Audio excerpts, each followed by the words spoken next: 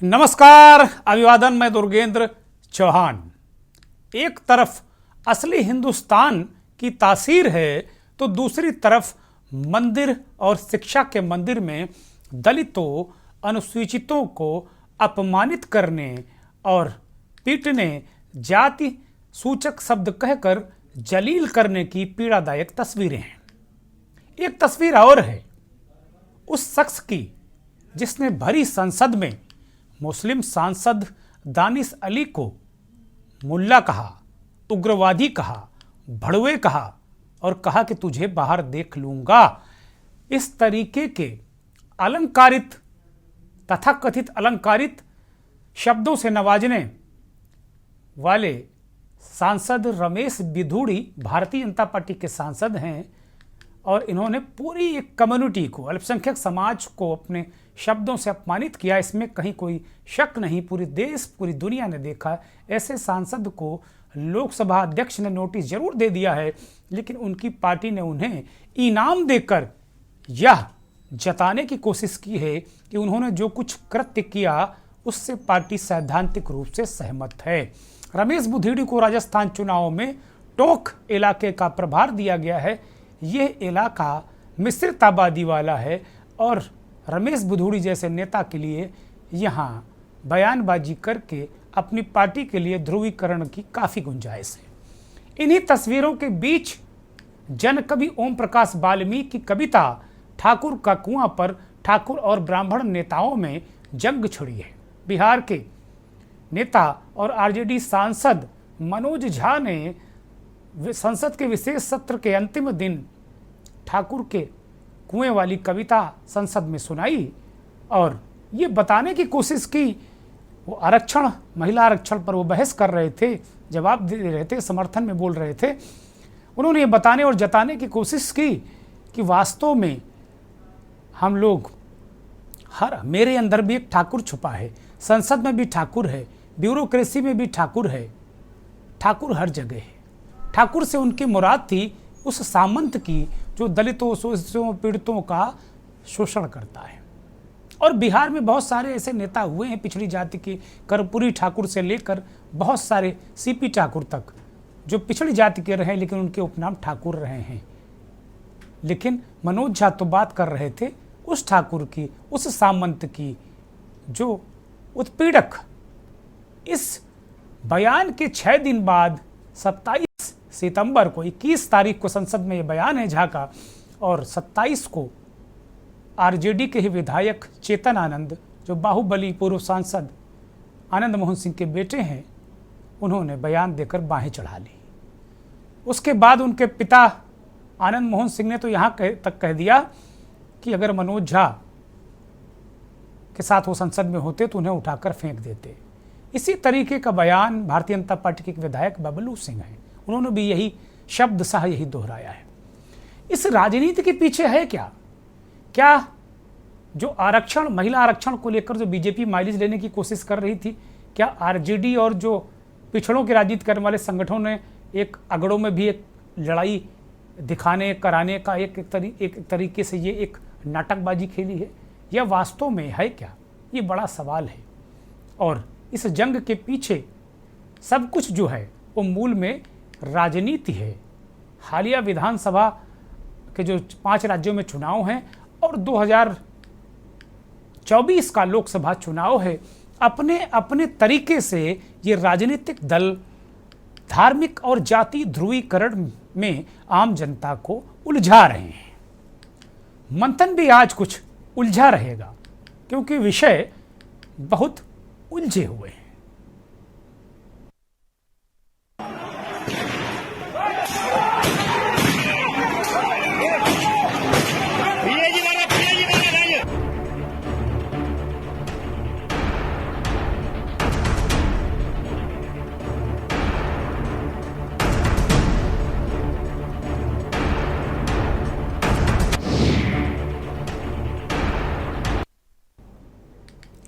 एक तस्वीर है और पूर्वी दिल्ली से आई, बड़ी दर्दनाक तस्वीर, बड़ी दर्दनाक घटना। एक मुस्लिम युवक ने मंदिर से प्रसाद उठाकर खा लिया और उन्मादी लोगों ने इस गुनाह के लिए उसे पीट पीट कर मार डाला, लिंच कर दिया, लिंच कर दिया। और ये किस बात का नतीजा है? नतीजा इसी जहरीली राजनीति का है। एक तरफ असली हिंदुस्तान, जो मोहब्बत वाला हिंदुस्तान है, वो तस्वीर हम आपको दिखाएंगे, और दूसरी तरफ ये नफरत वाला हिंदुस्तान जिसे हमारे नेताओं ने बनाया है। इसमें कहीं कोई शक नहीं। लोगों को उकसा कर, उन्हें जाति धर्म हिंदू मुस्लिम के उसमें फंसा कर इस तरीके का हिंदुस्तान बनाया है। उसकी परिणति ये उत्तर पूर्वी दिल्ली जैसी घटनाएं हैं। ये भी दलील दी गई कि वहाँ कुछ दिन पहले एक हिंदू युवक की हत्या कर दी गई थी, मुस्लिम वर्ग के लोग आरोपित थे। तो मंदिर का प्रसाद तो बहाना है, उस घटना का एक तरीके से बदला लिया गया। इस तरीके की बातें हो रही हैं, लेकिन इस तरह की घटना पीड़ादायक है, देश हित में नहीं है। राजनीति किस हद तक जाएगी, ये बड़ा सवाल आज मंथन में करेंगे। मंथन आज वास्तव में, जैसा मैंने कहा, कुछ उलझा उलझा रहने वाला है। दो तस्वीरें आपके सामने, आपकी नज़र बनारस की एक तस्वीर, समीम कुरैशी की, नफरत के बीच मोहब्बत की दुकान। समीम कुरैशी बनारस के रहने वाले हैं, मौलाना हैं, नमाजी हैं। आप तस्वीर में देख रहे होंगे, पहली तस्वीर, एक बच्ची, 6-7 साल की बच्ची करंट में फंस गई। वहाँ पानी भरा हुआ है बनारस में, करंट वहाँ फैल गया है और बच्ची करंट में फंस गई है। इस समीम कुरैशी नाम के इंसान ने ये नहीं पूछा कि बच्ची किस जाति की है, किस धर्म की है, किस पंथ की है, किस मजहब की है। ये नहीं पूछा इस इंसान ने। इसने सिर्फ अपना मानवता का कर्तव्य निभाया। एक डंडी लेकर आया, खुद भी 2 बार करंट के झटके खाए, और आप देखेंगे, गौर से देखिए किस तरीके से इस बच्ची की जान बचा ली समीम कुरैशी ने। समीम कुरैशी को इस के न्यूज के मंथन कार्यक्रम में हम साधुवाद देते हैं, बहुत बहुत धन्यवाद देते हैं, उन्हें सलाम करते हैं, हम उन्हें सैल्यूट करते हैं। ऐसे लोगों को, ऐसे लोग, ये असली हिंदुस्तान है, ये असली हिंदुस्तान की तस्वीर है, ये तासीर है हिंदुस्तान की। और दूसरी तस्वीर उज्जैन की है। एक पीले कपड़े पहने हुए पुजारी जी नजर आ रहे हैं। इन्होंने भी उस बच्ची की जात नहीं पूछी, उस बच्ची का धर्म नहीं पूछा। जो बच्ची, ये तस्वीर आप देख रहे होंगे, हमने ब्लर करके रखी है, बच्ची खून से लथपथ है, बताई जा रही है उत्तर प्रदेश से इस बच्ची को ले जाया गया मध्य प्रदेश की उज्जैन, और वहां पर इसके साथ गैंग रेप किया गया। अभी तक पता नहीं गैंग रेप करने वाले कौन लोग हैं। इस बच्ची की तस्वीर 2 दिन से सोशल मीडिया पे वायरल हो रही थी। ये बच्ची तकरीबन 10-12 किलोमीटर पैदल चली, जगह जगह घर घर गुहार करती रहे, कोई मदद कर दो। रक्त रंजित, खून से लथपथ, शरीर पर वस्त्र नहीं, किसी तरीके से चिथड़ा था, कुछ थोड़ा हिस्सा वो ढके हुई थी। बच्ची घर घर दरवाजे दरवाजे गई। ये देख रहे होंगे, तस्वीर है, एक घर के सामने जाएगी, वहां एक सज्जन वो निकलते हैं, लेकिन वो मुंह फेर लेते हैं। ऐसे ही तमाम लोगों ने इस बच्ची से मुंह फेर लिया।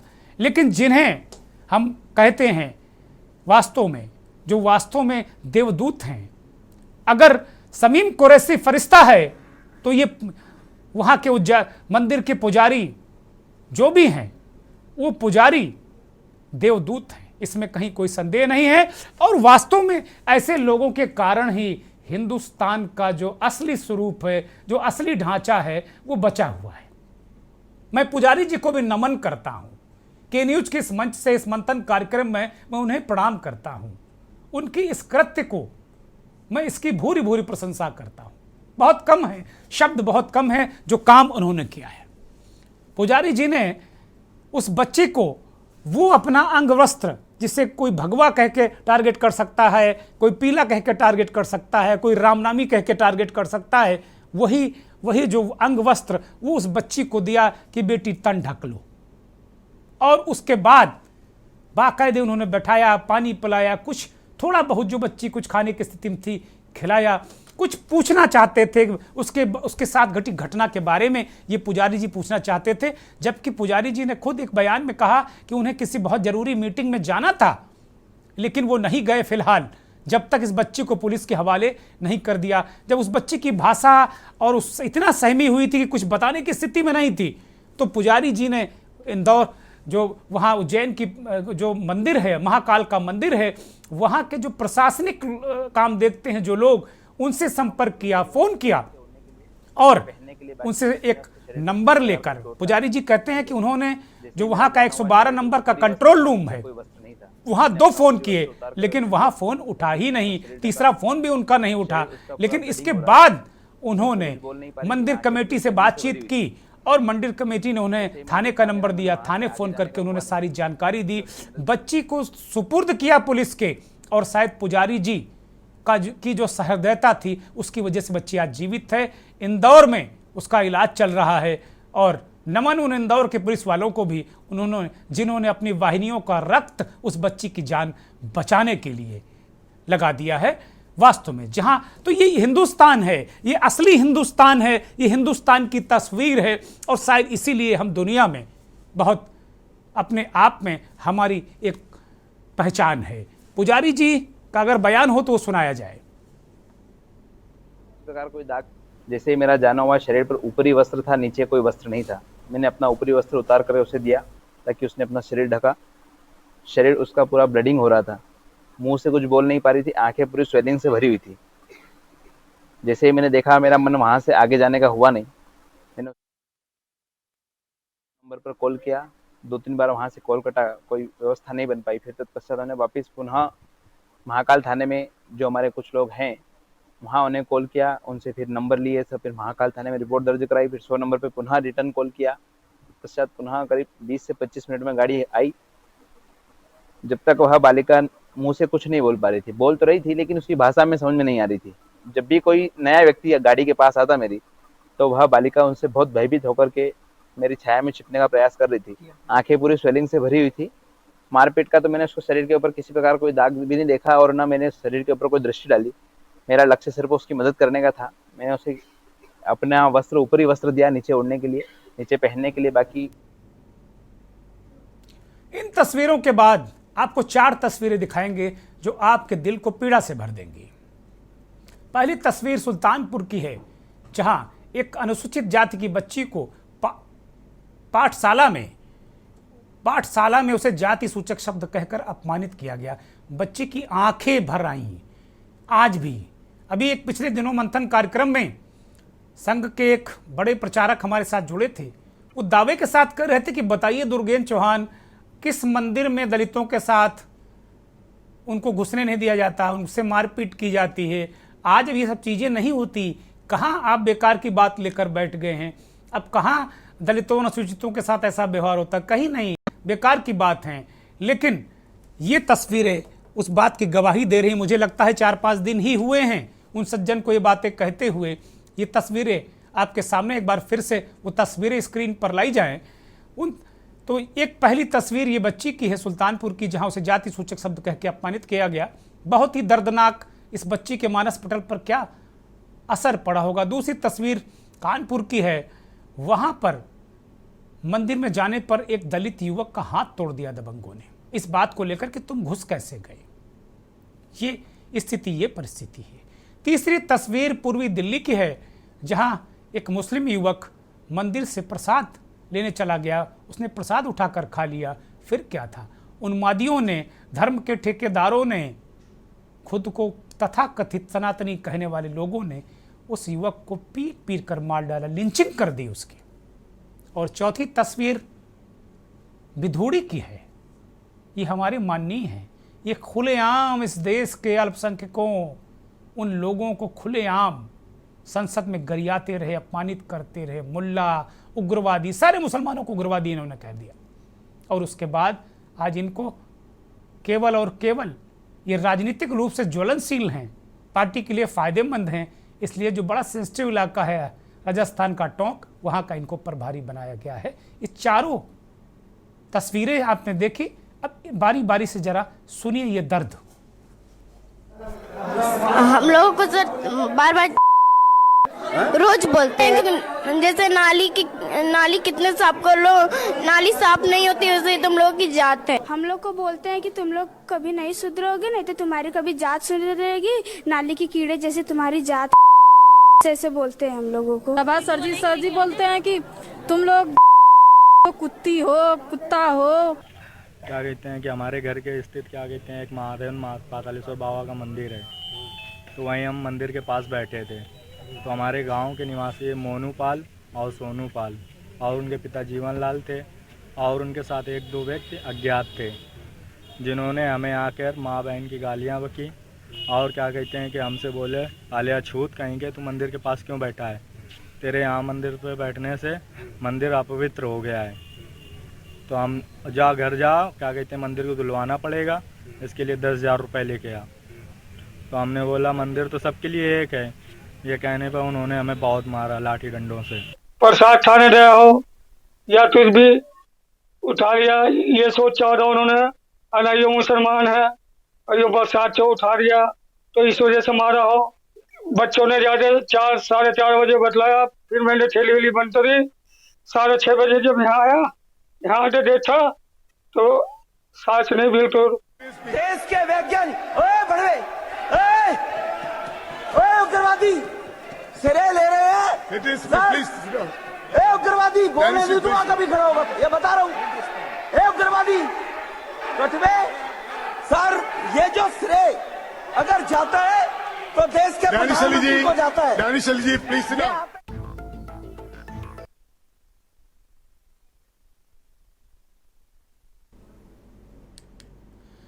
कुल मिलाकर अगर देखा जाए तो ये तस्वीरें बेहद दर्दनाक है, पीड़ादायक हैं। दो बयान भी आपको सुनाते हैं जो ठाकुर के कुएं को लेकर एक राजनीति, बिल्कुल बवंडर मचा हुआ है। कविता है लेकिन सियासी टक्कर है। चूल्हा मिट्टी का, मिट्टी तालाब की, तालाब ठाकुर का, भूख रोटी की, रोटी बाजरे की, बाजार खेत का, खेत ठाकुर का, बैल ठाकुर का, हल ठाकुर का, हल की मूठ पर हथेली अपनी, फसल ठाकुर की, कुआं ठाकुर का, पानी ठाकुर का, खेत खलिहान ठाकुर के, गली मोहल्ले ठाकुर के, फिर अपना क्या गांव, देश, शहर। हम उनमें से नहीं है जो चूड़ी पहन करके साइड में बैठ जाएं और चुपचाप तमाशा जो है देखते रहें। ये सब हम लोग से बर्दाश्त नहीं होता है। आप आइए, बोल दीजिए ठाकुरों के बारे में, एक पोयम पढ़ दीजिए और हम लोग चुपचाप बैठ जाएं। ये सब हम लोग से बर्दाश्त नहीं होने वाला है। खुल करके और जम करके विरोध करेंगे। बेटा तो बेटा, बाप रे बाप, वो भी आपको हम नहीं सुनवा पाएंगे इनके पिताजी की। वो तो और 10 कदम आगे निकल गए। अभी हाल में ही वो जेल से छूटे हैं, पैरोल पर हैं, सरकार की कृपा से छूटे हैं। गोपालगंज के डीएम को जिंदा जला दिया था, उसी में सजा याफ्ता रहे हैं आनंद मोहन सिंह, पूर्व सांसद। अब वो आपकी स्क्रीन पर वो मूल कविता लिखने वाले जो कवि हैं, नीली शर्ट में वो हैं ओम प्रकाश वाल्मीकि, और इसे पढ़ने वाले मनोज झा। ये तस्वीर, ये कविता भी आपकी स्क्रीन पर है। लेकिन असली भारत, नकली भारत, राजनीति, बहुत सारी चीज़ें यहाँ निकल कर आएँ। चूँकि बिहार में राजनीति जाति गुना गणित पर बहुत डिपेंड है, यूपी बिहार, और अब तो लगभग बिना जाति के राजनीति हो नहीं रही है। भले ही बहुत सारे दल, बहुत सारे लोग ये कहें कि वो जाति राजनीति नहीं करते, लेकिन ऐसा है नहीं। तो ये जो अपर कास्ट को लेकर जो दो जातियां हैं, ठाकुर और ब्राह्मण, क्या ये वास्तव में आरजेडी की इंटरनल पॉलिटिक्स का नतीजा है? क्या है मसला, क्या है? लेकिन राजनीति तो है। कभी मंडल बनाम कमंडल की झलक दिखती है। लेकिन आज हम वास्तव में हमने एक रेफरेंस के तौर पर बिहार की जो ठाकुर के कुएं वाली राजनीति को लिया है। पूरा देश का मीडिया इसी पर टूट पड़ा है, और मुझे लगता है ये एजेंडा भी सेट करने को कहा गया होगा कि भाई कुछ एजेंडा सेट करो। कहते हैं लोग, कराते हैं ये। लेकिन हमारा जो मूल आज का विषय है वो ये भी है कि अपने आप में जो परिस्थितियां हैं, वो वास्तव में जो मोहब्बत की तस्वीरें हैं, समीम कुरैशी और पुजारी जी जैसे लोगों को इस देश में बढ़ावा मिलना चाहिए, या रमेश बिधूड़ी जैसे लोगों को इस देश में बढ़ावा मिलना चाहिए। लेकिन राजनीति की डिमांड तो ऐसे ही लोग हैं। पप्पू यादव वहाँ के बड़े नेता है, आरजेडी में पहले रहे, जाप के अध्यक्ष हैं। उन्होंने एक ट्वीट कहा कि भाई इसमें ठाकुर के लिए गाली कहाँ है? खेत खलिहान कुआं ठाकुर का होना गाली कैसे बन गया? ये अपमान कैसे? पप्पू यादव ने ये सवाल उठाया। मंथन में हमारे साथ कुछ मेहमान जुड़ गए हैं। लोटन राम निषाद सामाजिक चिंतक हैं, पिछड़े दलितों शोषितों के लिए काम करते हैं। और अक्षय आर्या साहब हमारे साथ बीजेपी के नेता हैं, वो भी हमारे साथ बिहार से जुड़े हैं। दोनों मेहमानों का बहुत स्वागत, बहुत धन्यवाद। और तीसरे एक और मेहमान देवेंद्र रावत साहब वीएचपी से ताल्लुक़ रखते हैं, अध्यक्ष हैं वीएचपी मध्य भारत के, भोपाल से जुड़े हैं। बहुत बहुत स्वागत, बहुत बहुत आभार। वास्तव में ये स्थितियां परिस्थितियां बड़ी अजीब सी हो गई हैं। अक्षय आर्या साहब से मंथन की शुरुआत कर रहा हूँ। आर्या जी, इस तरीके की तस्वीरें आप देखिए, दिल्ली में प्रसाद खालिया मंदिर से लिंचिंग हो गई, मार दिया। रमेश बिधूड़ी साहब खुलेआम आतंकवादी उग्रवादी कहते हैं मुसलमानों को, उनको वहीं पे लगाया गया जहां वो ज़्यादा से ज़्यादा आग में घी डालने का काम कर सकते हैं। टॉक में पार्टी का निर्णय आप कह सकते हैं, लेकिन ऐसा किया गया। उनको दंडित नहीं, उनको इनाम दिया गया। इसी तरीके से आप देख सकते हैं कि मंदिर में बैठने पर हाथ तोड़ दिया। पाठशाला में छात्राओं को कहा कि भाई तुम नीच जाति की हो, तुम ये करती हो, तुम वो करती हो। कहाँ अभी सब तो वही है जो सैकड़ों साल पहले था, सब कुछ विद्यमान है। और क्या ये आज की राजनीतिक जरूरत है क्या कि जितने न्यूसेंस वैल्यू वाले, जितने लोग समाज विरोधी बातें करने वाले लोग, क्या राजनीतिक दलों की सबसे बड़ी जरूरत बन गए हैं क्या? अक्षय आर्या जी, नमस्कार और बहुत बहुत धन्यवाद। आपने बड़ा ही सटीक सवाल किया है। ये जितनी भी घटनाएं हो रही हैं, सबसे पहले तो व्यक्तिगत रूप से और भारतीय जनता पार्टी का कार्यकर्ता होने के नाते भी ये सारी बातें काफी निंदाजनक बातें हैं। रमेश बिधूड़ी जी की जहां तक बात है, तो बिधूड़ी जी के बयान को पार्टी ने उसी समय राजनाथ सिंह जी के द्वारा भी इसको लेकर के गंभीर आपत्ति दर्ज कराई गई थी और पार्टी के बड़े नेताओं ने, शीर्ष नेतृत्व ने भी इसका खंडन किया कि ये बातें कहीं से उचित नहीं है। देश को तोड़ने वाली जो भी बातें हैं वो भारतीय जनता पार्टी कभी भी उसका जो है उत्साहवर्धन नहीं कर सकता है। जो भी घटनाएं हो रही है, जिन सारी घटनाओं का जिक्र आपने किया और जो उदाहरण आपने दिया, ये निश्चित रूप से आज भी हमारे समाज में कहीं ना कहीं ये घटनाएं हो रही हैं। और इसके पीछे सबसे बड़ा जो कारण है वो आज के नेता और राजनीतिक परिप्रेक्ष्य, ये दोनों है। जहां तक बिहार की बात है, इसका जीता जागता उदाहरण देख सकते हैं। मनोज झा जी ने एक कविता का उल्लेख किया संसद भवन में, और उस कविता को लेकर के चेतन आनंद या उनके पिताश्री चढ़ बैठे कि भाई ठाकुर, इसमें ठाकुर को कहाँ किसी एक जाति के बारे में बोला गया और आप जाति के हिमायती कैसे हो गए। सिर्फ एक कविता, उसका जो है उदाहरण स्वरूप उन्होंने बोला कि किस तरह से गरीबों, और ये कविता लिखी भी गई है बहुत साल पहले, 1980 में लिखी गई है। और वास्तव में वहां तो कर्पूरी ठाकुर से लेकर सीपी ठाकुर तक तमाम वो ठाकुर उपनाम वाले नेता हुए हैं। और मनोज झा ने खुद कहा कि वो ठाकुर मेरे अंदर भी है, वो ठाकुर संसद में भी है, वो ठाकुर राजनीतिक पार्टियों में भी है। उनका जो कहने का तात्पर्य था कि वो सामंतवादी व्यवस्था का पोषक वो ठाकुर है। बिल्कुल बिल्कुल बिल्कुल। उन्होंने, मनोज झा जी ने, जहां तक मुझे लगता है, उन्होंने सिर्फ एक उदाहरण स्वरूप ठाकुर शब्द को रखा, उस कविता का उल्लेख किया। ये देखिए, जाति, यहाँ इतना ज्यादा जाति का जो है वर्चस्व हो गया है बिहार यूपी की राजनीति में। आप अभी दिखा रहे थे कि एक बच्ची को जिस तरीके से बोला जा रहा था, वैसे अपराधियों को मनोबल उनका शिक्षक हैं आर्या साहब, वो शिक्षक हैं। शर्म की बात यह है कि शिक्षक हैं जिन पर समाज को दिशा देने की जिम्मेदारी, वो शिक्षक हैं।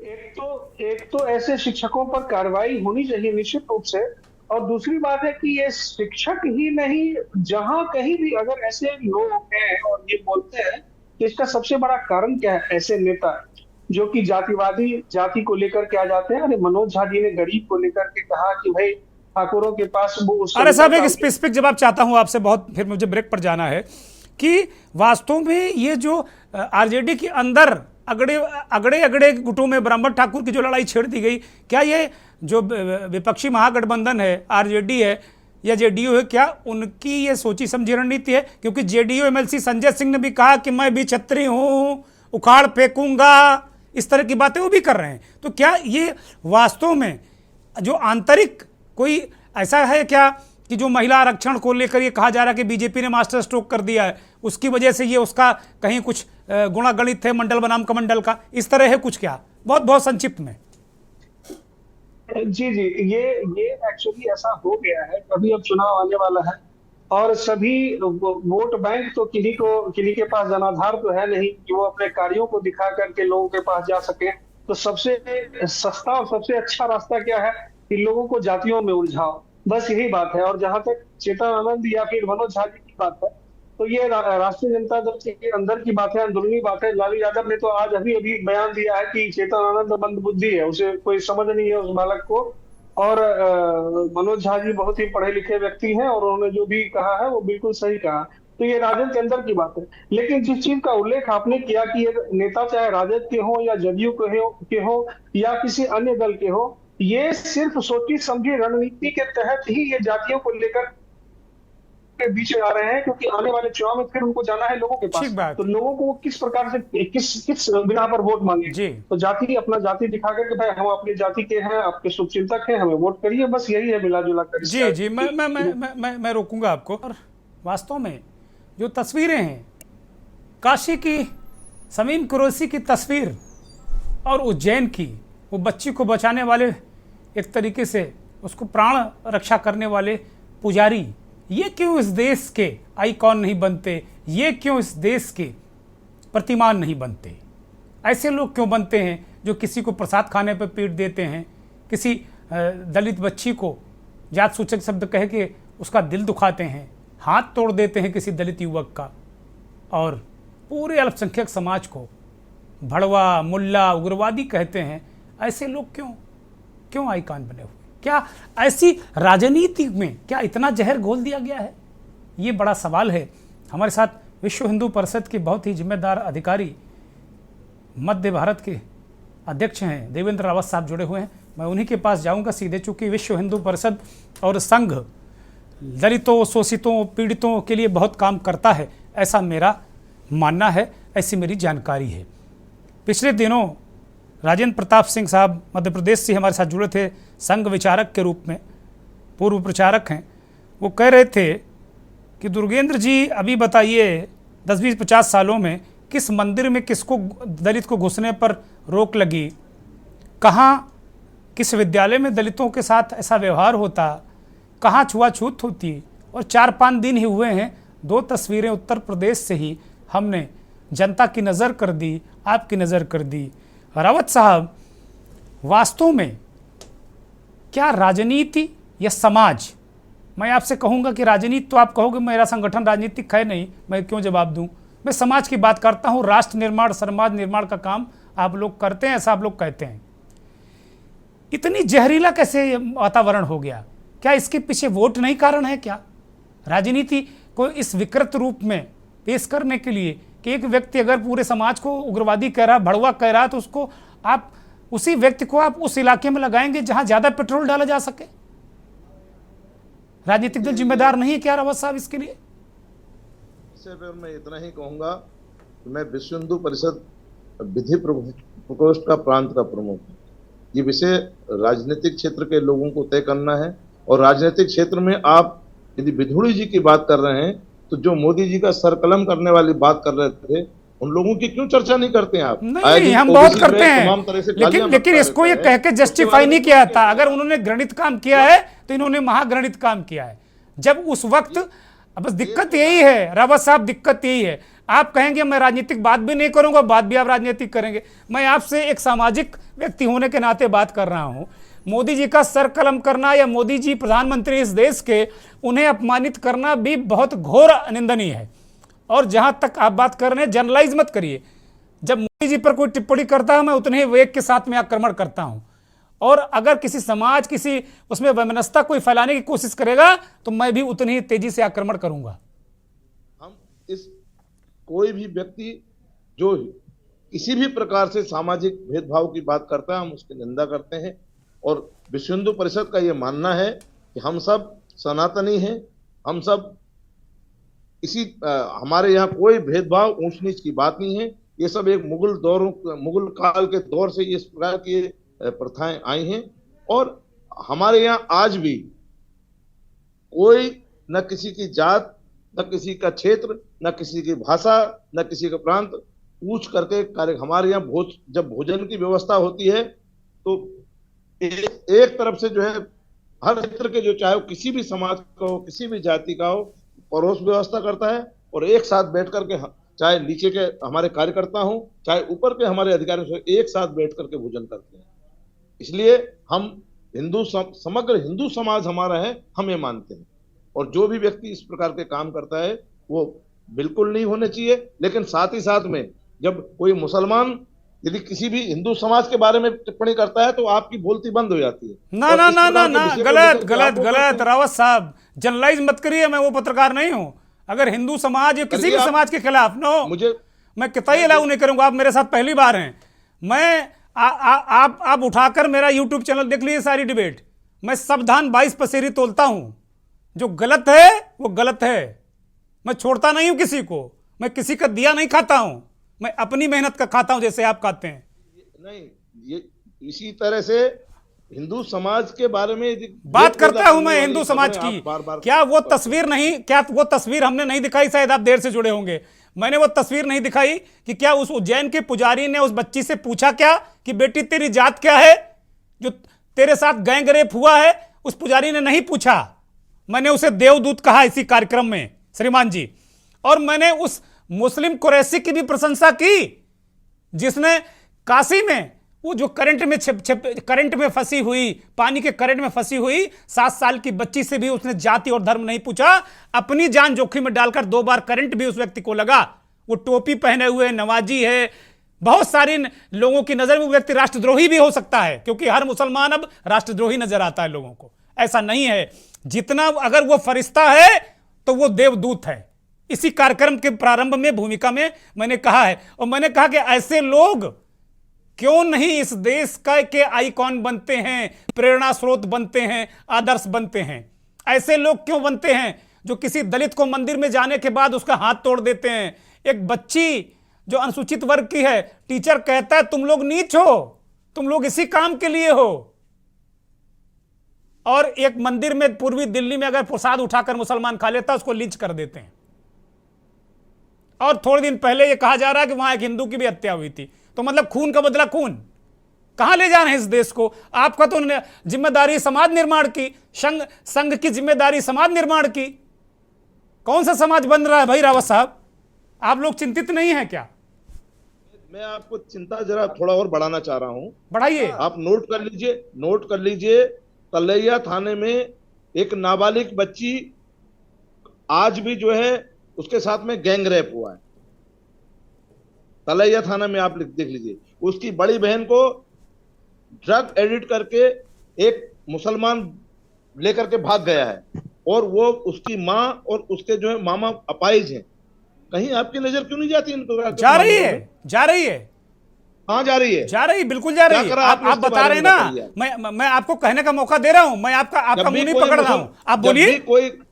जब भी कोई मुसलमान, आप केवल मुसलमान को ही क्यों देखते? क्या लड़की लेकर सिर्फ मुसलमान भागता है, हिंदू नहीं भागता क्या राव साहब? किसी दलित समाज की लड़की के साथ में जो है व्यभिचार करेगा, उसको लेके भागेगा, तब आप खबर नहीं बनाते हैं। विषयों की भी हम निंदा करते हैं। मैं इसीलिए आपसे निवेदन कर रहा हूं। विषयों को कब उठाएंगे रावत साहब? मैंने पूछा आपसे कि कौन सा समाज बन रहा है, तो आप तो खुद ही वो बातें कर रहे हैं। मैं कह रहा हूं समाज जहरीला है। आपकी जिम्मेदारी है, हमारी जिम्मेदारी समाज का निर्माण की। संघ समाज का निर्माण करता है। बीएचपी में भी संघ से लोग आते हैं बहुत सारे। आपको पता ही है, सारे लोग संघ से आते हैं। आपको मैं क्या बताऊं? आप तो बड़े विद्वान और पुराने व्यक्ति हैं। गुणगान करें क्या? हम देशद्रोही गुणगान नहीं कर सकते। हाँ, आपकी यदि इस तरफ पत्रकारिता का ध्यान जाए तो आप जरा इन विषयों को उठाइए। लव जिहाद के कितने केस हैं? कितने केसों पर आप लोग रिपोर्टिंग करते हैं? कितने केसों उन माँ बापों को पूछो जो मासूम नाबालिग बच्चियों के साथ में क्या क्या कुकृत्य नहीं हो रहा है। उस पर चुप रहते हैं आप। देवदासी प्रथा किसने नहीं नहीं, कोई चुप नहीं रहता। देवदासी प्रथा क्या आप मुसलमानों की प्रथा आपसे मेरा क्या? निवेदन है, लोटन राम जी मैं आऊंगा आपके पास। लोटन राम जी है क्या? लोटन राम जी मैं आता हूँ। अभी कहाँ पर है देवदासी प्रथा? रावत साहब मेरा निवेदन है, रावत साहब मेरा विनम्र निवेदन है, मैं अभी अपने असाइनमेंट से आपका नंबर लूंगा। आप मुझे जो भी आपकी जानकारी है, मैं कोई नारद तो हूं नहीं, मैं कहते हैं पत्रकार नारद का वंशज, लेकिन मैं नारद नहीं हूं। अगर कोई आप जानकारी देंगे और आपको वो स्क्रीन पर ना दिखे खबर के रूप में, आप मेरा गला पकड़ लीजिएगा। मैं दावे के साथ कह रहा हूं। थाने का उसमें जो है नाबालिग बच्चियां जो है ड्रग एडिक्ट हो रही हैं और सब सुने षड्यंत्र हो रहा है। मैं आपसे तथ्यों के साथ में इस कार्यक्रम को खत्म होने के बाद, इस कार्यक्रम के खत्म होने के बाद, रावत साहब निवेदन मेरा, इस कार्यक्रम को खत्म होने के बाद मैं पर्सनली आपसे बात करूंगा। मैं ऑन एयर कह रहा हूं, करोड़ों दर्शकों को साक्षी मान के कह रहा हूं, और इसलिए नहीं कि कोई आपने कोई प्रश्न किया तो मैं उसकी वजह से कह रहा हूं। ये मेरा धर्म है, मेरा ये धर्म है, यही धर्म है। वो ये धर्म नहीं है एक दूसरे को मारना काटना, ये धर्म नहीं। जो आप निभा रहे हो समाज सेवा, वो धर्म है। जो मैं निभा रहा हूं वो धर्म है। मैं आपसे लूंगा डिटेल और आपको इसी स्क्रीन पर वो स्टोरी दिखेगी। मैं दावा करता हूं, इस बात का मैं वादा करता हूं। मैं लोटन राम निषाद साहब के पास आ रहा हूं। लोटन राम निषाद साहब, ये जो तस्वीरें हैं दलितों को लेकर, हमने एक तरफ सवाल उठाया। लोटन राम जी जरा ध्यान से सुनिएगा, बहुत ध्यान से जवाब दीजिएगा। एक तरफ हमने सवाल उठाया कि भाई मंदिर में अगर कोई बैठ जाता दलित, उसका हाथ तोड़ देते हैं। बच्ची उत्तर प्रदेश के सुल्तानपुर का मसला, वो कह रहे तुम लोग नीच हो, इसी कर्म के लिए बने हो, रो पड़ी आंसू भल भल। अनुसूचित जाति की बच्ची है, जाटो समाज की बच्ची है, उसका परिवार आहत है। छोटी सी बच्ची के मानस पटल पर क्या होगा? ये दो तस्वीरें हैं, विधुड़ी और दिल्ली की तस्वीर वो ही है आपके सामने, और दो तस्वीरें काशी और उज्जैन की हैं। ऐसे लोग हमारे आदर्श क्यों नहीं बनते? कुरैशी और पुजारी जैसे आदर्श क्यों नहीं बनते, जो समाज को लेकर अपना धर्म निभाते हैं, सही मायने में समाज सेवा करते हैं। बहुत सारे लोग दावा करते हैं कि हम समाज सेवक हैं, हम राष्ट्र निर्माण कर रहे हैं, हम देश निर्माण कर रहे हैं, लेकिन असली तो देश का निर्माण यही लोग कर रहे हैं, कुरैशी और पुजारी जैसे लोग। और जैसा कि अभी रावत साहब कह रहे हैं कि भाई दलित बच्चियों के साथ होता तो आप लोग नहीं बोलते हैं, वो इस पर कुछ नहीं कह रहे हैं कि जो दलित को मंदिर में नहीं घुसने दिया गया, बच्ची को अनुसूचित जाति के लिए कहा गया, क्या ऐसे हालात है क्या? आप तो दलितों, शोषितों और ओबीसी के लिए काम करते हैं। और बहुत संक्षिप्त में और बहुत क्रक्स बोलिएगा, और मेरे शो में कोई ऐसी वैसी बात मत करिएगा जो मुझे आहत करे और दर्शकों को आहत करे, कृपा करके, मैं निवेदन है। लोटन राम जी। आदरणीय चौहान साहब जी, कथनी और करनी में ऐसे भाइयों के अंतर दिखाई देता है। केवल इनको एक तरफा नहीं देखना चाहिए, दोनों नजर से देखना चाहिए। अभी तमाम घटनाएं आ रही हैं मध्य प्रदेश की। कल की मैं घटना बता रहा हूं, मैं वहीं से आ रहा हूं, रास्ते में हूं। कल जो है अपने भारतीय जनता पार्टी के लोग, यही विश्व हिंदू परिषद के लोग जो अपने को कहते हैं, अखिल भारतीय विद्यार्थी परिषद के कहते हैं, एक दलित के साथ इतनी बदतमीजी हुई है, उसको जो है कि मूत्र पिलाया गया है। वो पहले वाली घटना मैं नहीं बता रहा हूँ, शुक्ला जी वाली घटना, अभी ये कल की जीवंत घटना दतिया जिले की है। तो आज हिंदू हो या मुसलमान हो, किसी भी जाति धर्म वर्ग संप्रदाय का व्यक्ति है, जिस तरह के बारे में तो बोल लो थोड़ा सा। कुरैशी जी ने मानवता का प्रदर्शन किया है, और उज्जैन में जिस हमारी बेटी के साथ दरिंदगी हुई है 12 वर्ष की लड़की के साथ, ये हमारे भारतीय संस्कृति को कलंकित करने वाला कारनामा है। और पुजारी ने जिसको बहुत सारे लोग टारगेट पे रखते हैं कि पुजारी भगवाधारी, उसी आदमी ने उसी भगवे से उसकी इज्जत को ढका। पुजारी ने, उसने भी अपना कर्तव्य निभाया, उन पुजारी ने, नमन है उन्हें। वह घटना जो उज्जैन की है उसमें हिंदू दोषी मिलेंगे, मुसलमान नहीं मिलेगा। मैं दावे के साथ कहता हूं, हम लोग भी कुछ नजरिया अपना लगाते हैं। अभी बस्ती में आपने देखा होगा, आया नजरिया, हम कहां से आया नजरिया में? राष्ट्रवाद के कारण आया है, भारतीयता के कारण आया है, भारतीय संस्कृति के कारण आया है। क्या नहीं, मैं आ रहा हूँ, आर्या जी आ रहा हूँ, मैं आर्या जी आ रहा हूँ, मैं मौका दूंगा, बीच में मत बोलिए, मैंने आपको पूरा मौका दिया। और रावत साहब भी बोले, अब लोटन राम को बोलने दिए, फिर मैं आगा साहब के पास जाऊंगा, फिर मैं आपके पास आता हूँ। बोलिए लोटन राम जी, कंप्लीट करिए। अभी जितनी घटना है, स्नेहा चौरसिया के साथ जो घटना हुई गाजियाबाद में, क्या किसी मुसलमान ने किया था उस छात्रा के साथ? क्या लखनऊ में जो है दिल्ली में जो घटना हुई उसके बारे में क्या कहना? 20 टुकड़े काट के भेज दिए। किसी मुसलमान ने नहीं किया, सालू निषाद के, सालू यादव के साथ। अरे मुसलमानों के बारे में घटना भी तो बताओ जरा। वह किसी मुसलमान ने नहीं किया।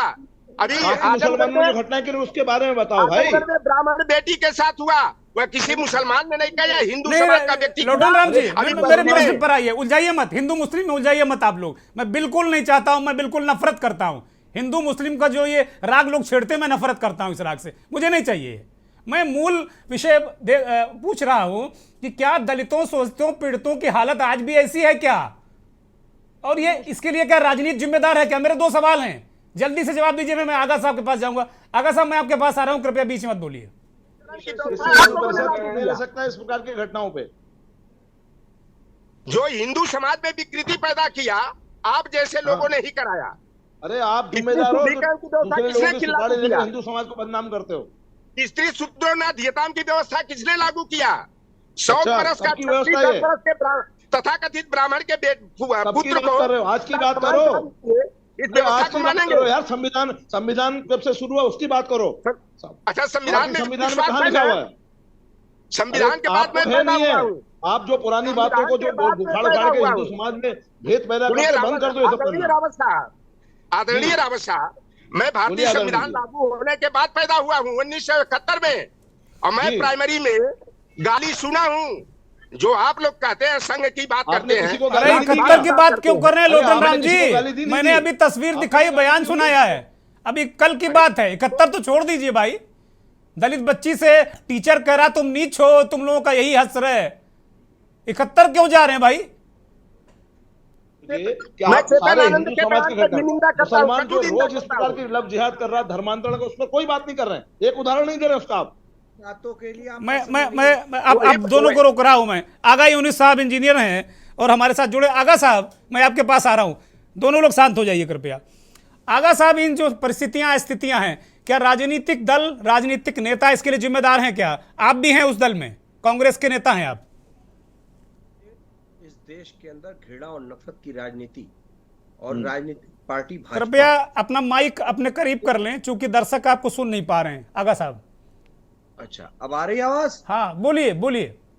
जी, देश में नफरत और घृणा की राजनीति परोसने वाली भाजपा और भाजपा के अनुयायी पार्टी, जो उनके दल, सेना और तमाम गठबंधन, जिसके विश्व हिंदू परिषद जिसको बोल रहे हैं आप, आपके लोग कोई कभी पथराव नहीं करते, आगजनी नहीं करते। रावत साहब, अभी वहां पर तो बोलने दीजिए। यात्रा पर पथराव करने वाले हिंदू समाज मुस्लिम समाज के लोग थे। नफरती गाली देना आपका काम है, उनको दंड मिलता है, सरकारें उनका घर गिरा देती है, चिंता मत करो। नहीं है। कितने लोगों के घर गिराए हैं?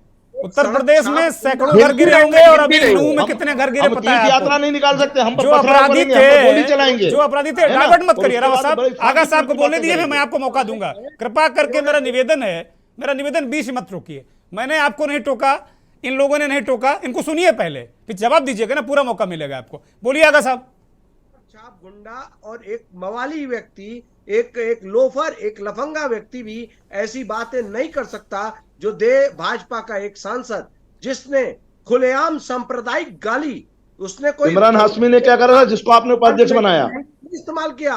उसने देश की लोकतंत्र के मंदिर, लोकतंत्र का मरकज के अंदर बैठकर, उस नए बिल्डिंग में बैठकर उसने सांप्रदायिक गाली, हेट स्पीच दिया और ये बताया कि भाजपा ओवैसी क्या करता है? नहीं थी ये, उस एमपी के मुंह से आवाज निकल रही थी, लेकिन ये आवाज थी वह भाजपा की, ये आवाज थी आरएसएस की, ये आवाज थी विश्व हिंदू परिषद की। इनका अरे आपने जिसको उत्तर प्रदेश का उपाध्यक्ष बनाया उसको बताओ आप, वो क्या बोलता है? वो क्या बात करोगे?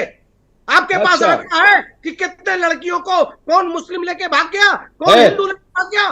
फर्जी बातें करते हो। आप फर्जी बात करते हो, आप प्रोटेक्ट करते हो उनको। आपने जो है बर्बाद कर दिया इस पूरी हिंदू संस्कृति को। देश की जनता किनारे फेंकने वाली है। आज देश, चिंता मत करो, आपको किनारे करें और किनारे करेगी। आप बोलते रहिए, सब करते रहिए, समाज पर आक्रमण करते रहिए। रावत साहब, आप एक राष्ट्रीय चैनल पे बात कर रहे हैं, मैं इसकी इजाजत नहीं दूंगा कि आपको किनारे करूंगा, इनको किनारे करूंगा ना। आप संवैधानिक दायरे में रह कोई बात करिए, बिल्कुल नहीं। ये जहरीला सांसद बिल्कुल नहीं। कब निकलेगा संसद में से? ये बताए भाजपा या आरएसएस बताए, ये हिंदू परिषद ठीक है, बताए। आगा साहब रुकिए, आगा साहब रुकिए, आगा साहब मैं आपको रोक रहा हूँ, रावत साहब आपको रोक रहा हूँ। एक छोटी सी टिप्पणी बीजेपी के नेता आर्य साहब, एक छोटी सी टिप्पणी, चूंकि मेरे पास अब 1.5 मिनट का वक्त है, मैं अभी 2 लोगों का और लेना है। आर्य साहब 1.5 मिनट की टिप्पणी, बस 40 सेकेंड आर्य साहब, 40 सेकेंड। दुर्गेंद्र भाई, यहाँ जो भी बातें हो रही हैं बड़ा ही रेडिकलिज्म की जो पराकाष्ठा है उस तरफ जा रही है। आखिर संसद भवन में या फिर निषाद साहब जो भी बात कर रहे हैं, ये कहीं से आपका जो डिबेट का जो शुरुआत था, इसमें कहीं से ये बातें मुझे नहीं लगता है कि कहीं से फिट बैठती है। जहां तक विदुरी जी की बात है तो उसको लेकर के भारतीय जनता पार्टी ने ऐतराज जता दिया है। और दूसरी बात सुना जाए, आप सीधा सी कह रही, आगा साहब शांत हो जाइए, आप वरिष्ठ व्यक्ति, शांत रहिए, शांत रहिए, शांत रहिए भाई, आप बोले दीजिए उनको ना, मुझे चिल्लम चिल्ला बिल्कुल पसंद नहीं है।